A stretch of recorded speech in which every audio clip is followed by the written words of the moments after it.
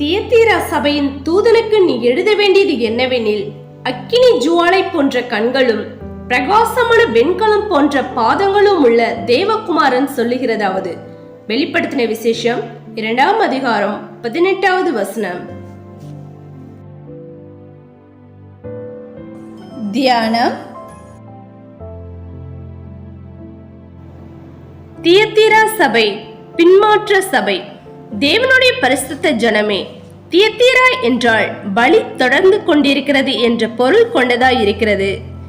Roman கத்தோலிக்க கிறிஸ்தவ சபைகளில் குருவானவர் திருபலி பூஜையை நடத்தும் பொழுதெல்லாம் கிறிஸ்து இயேசு ரத்தம் சிந்தி மரிக்கிறார் என்று விசுவாசிக்கிறார்கள். தியத்தீரா பட்டணமானது பெர்கமுக்கும் சர்தை பட்டணத்திற்கும் இடையில் மாமன்னன் அலெக்சாந்தரால் ஒரு கிரேக்க குடியிருப்பாக கட்டப்பட்டது. இங்கு உற்பத்தியாகும் கம்பளங்கள் அக்காலத்தில் உலக புகழ் பெற்றிருந்தது. தியத்தீரா சபை லீதியால் உதவியால் அப்போஸ்தலராகிய பவுலடியாரை கொண்டு எழுப்பப்பட்டிருக்க வேண்டும். கிபி 590 முதல் இன்று வரை உலகமெங்கும் பரவலாக காணப்படும் ரோமன் கத்தோலிக்க சபையை வரலாற்று ரீதியில் பிரதிபலிக்கும் சபையாக தியத்தீரா சபை கருதப்படுகிறது. 6வது நூற்றாண்டின் துவக்கத்தில் போனிபஸ் என்பவர் சர்வ உலகத்தின் சபைகளின் தலைமை பிஷப்பாக முடிசூட்டப்பட்ட போது சபை போப் என்று அழைக்கப்படும் மத தலைவரின் கீழ் கொண்டு வரப்பட்டது. 4வது சபையான தியத்தீராவுக்கு எழுதப்பட்ட நிருபம் மிகவும் நீளமானது, புரிந்து கொள்வதற்கு சற்று கடினமானது. இந்த சபை முதல் அடுத்து வரும் 3 சபைகளும் வரலாற்று ரீதியில் ஆண்டவருடைய வருகை வரை உலகில் செயல்பட்டு கொண்டிருக்கும் சபைகளாய் இருக்கிறது.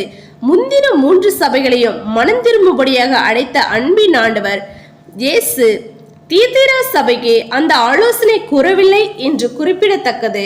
அந்த அளவிற்கு தியத்தீரா சபையில் பின்மாற்றம் அதிகமாக காணப்பட்டுள்ளது என்றாலும் இச்சபையிலும் சிலரை மட்டும் தனக்கென்று தெரிந்து கொண்டு 24ஆம் வசனத்தில் அவர்களுடன் தனிப்பட்ட விதத்தில் இடைப்படுகிறார்.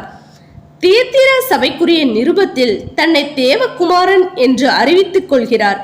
கிறிஸ்துவின் பெயர்களில் இதுதான் மிகவும் சிறப்பானது, மேன்மையானதும் கூட.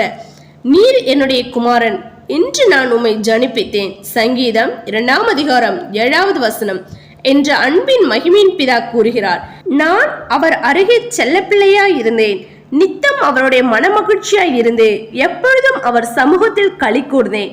நீதிமொழிகள் 8ஆம் அதிகாரம் 30வது வசனம். இவர் என்னுடைய நேசகுமாரன். மத்தேயு 3ஆம் அதிகாரம் 17வது வசனம் என்ற பிதாவின் அறிக்கையை பல இடங்களில் வாசிக்க முடிகிறது. அன்பின் இயேசு தேவனுடைய குமாரன் என்பதை ஆகிய கர்த்தருடைய வசனங்கள் நமக்கு